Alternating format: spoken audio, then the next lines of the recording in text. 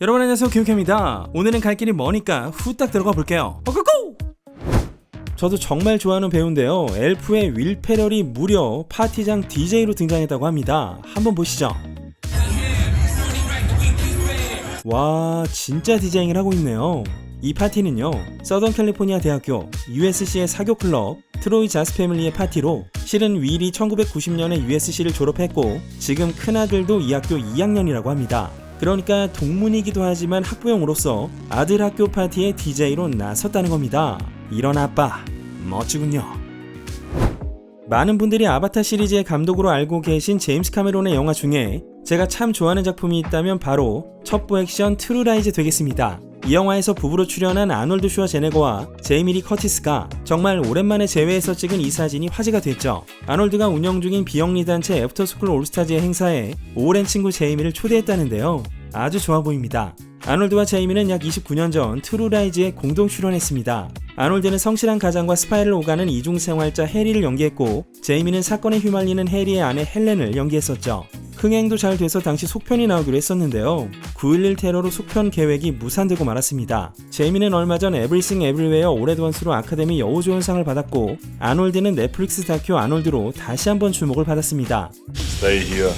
I'll be back. 말씀드린 작품들 전부 추천드리니까요, 못 보셨다면 한 번쯤 보시는 걸 권유드릴게요.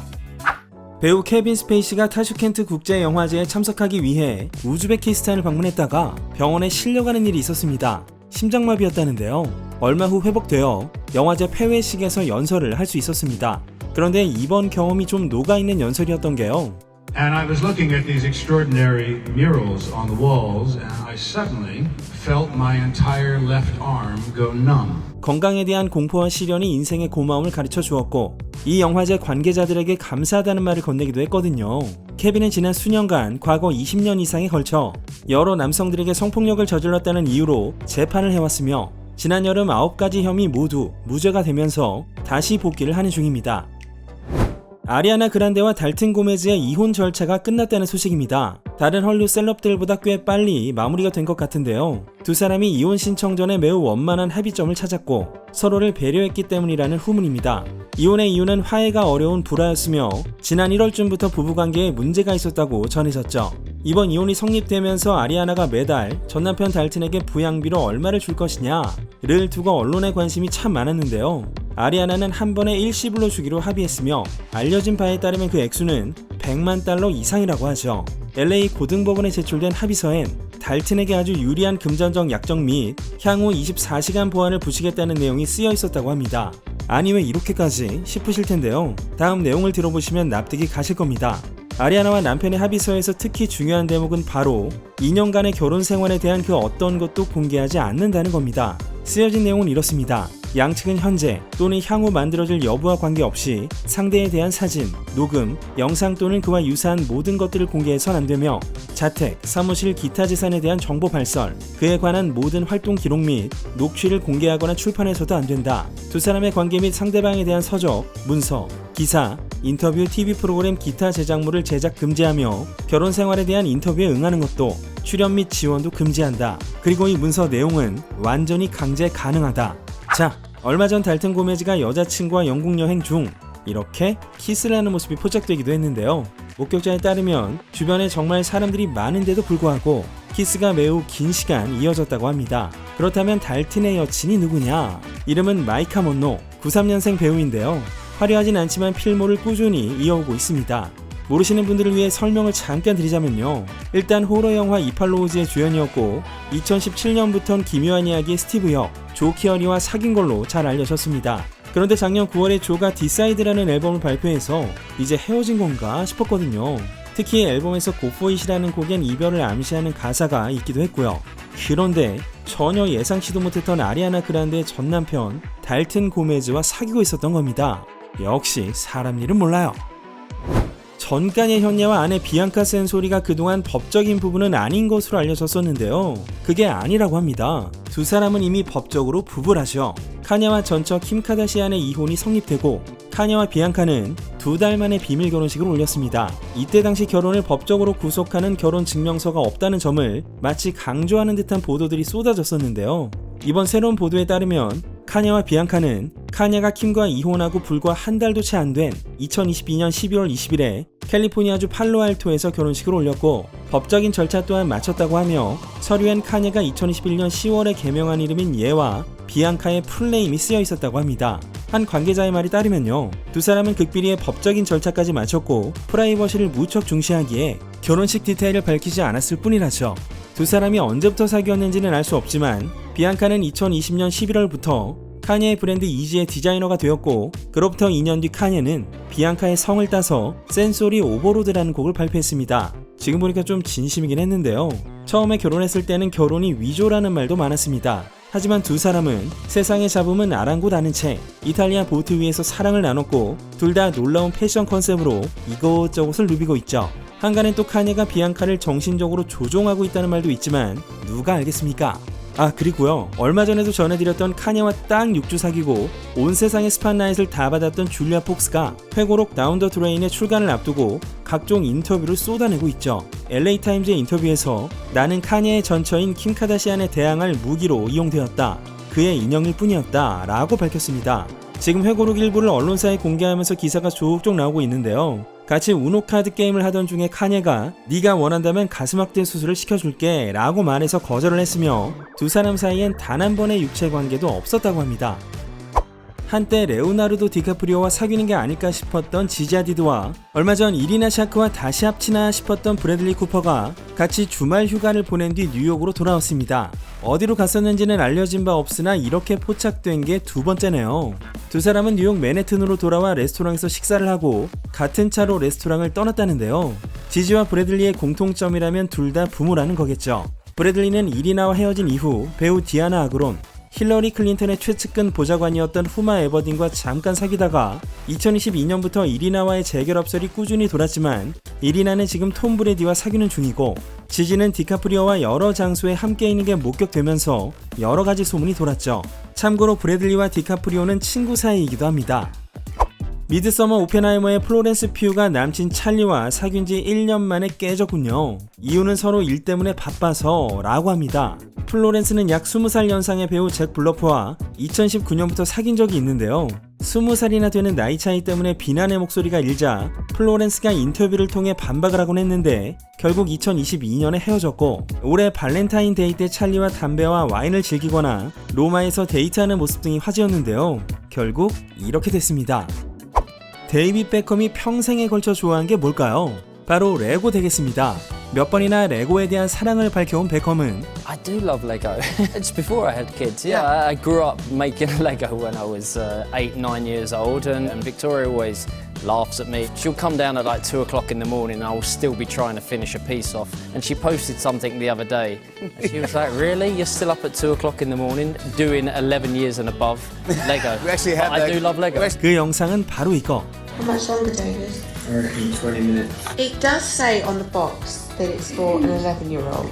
I've completed this in 9 hours. But you are 44, you know. Yep, and you're 45. 몇 년 전엔 딸을 위해 디즈니성을 조립해줬던 베컴은 현역 축구선수였을 때도 레고를 그렇게나 좋아했다는데요. 지난 7월 잉글랜드 대표팀 동료였던 벤 포스터가 팟캐스트에서 밝히길 베컴은 경기 전에도 레고를 사와서는 자기 방에서 레고만 만들었다. 그러면 멘탈이 진정된다면서 즐거워 보이더라 라고 말한 바 있습니다. 저도 레고 참 좋아하는데요. 베컴이 좋아하면 더 귀엽고 인간적으로 보이는 이유는 베컴이 잘생겨 영화 바비에서 바비와 켄을 연기한 마고 로비와 라이언 고슬링이 다음 작품에서도 호흡을 맞춘다고 합니다. 두 사람이 공동 출연하는 작품은 조지 클루니와 브래드 피트가 출연한 명작 오션스 11의 리부트판이었는데요. 리부트판이어도 1960년대 유럽이 배경이고 스토리도 확 바뀐다고 합니다. 마고 로비가 파트너들과 함께 운영하는 제작사 럭키챔 엔터테인먼트에서 제작을 한다는데요. 오션스 13 이후로 시리즈에서 손을 뗀 스티븐 소더버그가 연출을 하면 좋겠습니다. 지금 치매를 앓고 있는 브루스 윌리스의 상태가 급격히 나빠지고 있다는 안타까운 소식입니다. 브루스 윌리스를 스타덤에 올린 드라마 블루문 특급의 프로듀서인 글렌 고든 캐런이 더 포스트지와의 인터뷰에서 밝힌 내용인데요. 브루스가 작년 3월 치매 진단을 받은 이후 매달 그를 만나러 갔다. 브루스 윌리스를 조금이라도 아는 사람이라면 그만큼 삶의 기쁨을 만끽하는 사람이 없다는 걸 잘 알 것이다. 그러나 그의 병은 정말 충격적이다. 만난 지 3분 정도가 지나야 나를 인식하는 것 같았다. 브루스는 진정한 독서가였다. 하지만 그런 언어 능력은 그에게 더 이상 없었다. 그가 브루스라는 것도 알 수 있고 거기에 있었지만 그에게서 삶의 기쁨을 느낄 수가 없었다. 글렌은 브루스에게 블루문 특급이 OTT로 서비스될 거라는 소식을 전했다죠. 그는 가슴이 두근거리는 것처럼 보였고 많은 사람들에게 그 작품이 보여지는 걸 중요하게 생각했다. 네, 너무나 안타깝지만요. 오늘 브루스의 작품을 다시 보고 싶다는 생각이 들게 한 근황이었습니다.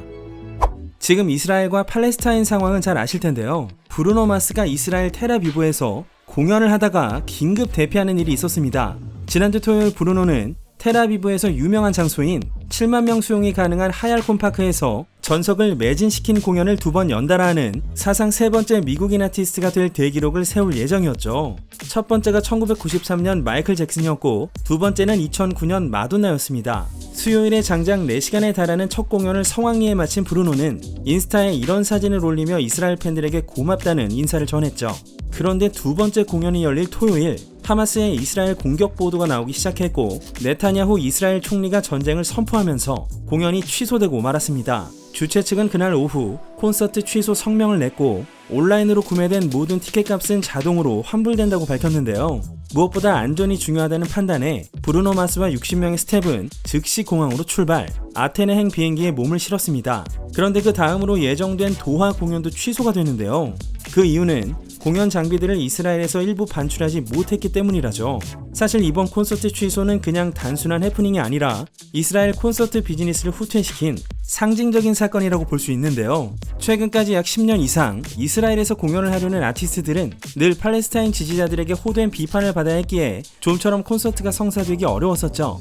그런데 텔아비브를 거점으로 하는 젊고 감각 있는 프로모터로 급부상한 블루스톤 그룹을 세계적인 미국의 음악기업 라이브 네이션이 인수하면서 조금씩 기류가 바뀌기 시작합니다. 심지어 2023년엔 이매진 드래곤즈, 크리스티나 아길레라, 건지 앤 로지즈 등이 이스라엘 무대에 설 예정이었는데 이번 일로 줄 취소가 예상되며 당분간은 다른 나라의 유명 아티스트들이 이스라엘에서 공연을 하기 어려운 상황이 되겠죠.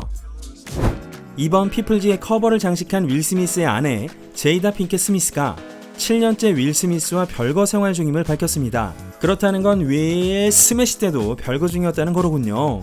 제이다는 우린 함께 힘든 시간을 거쳐왔고 깊이 서로를 사랑하며 어떻게든 해결책을 찾고 있다 라고 말했는데요.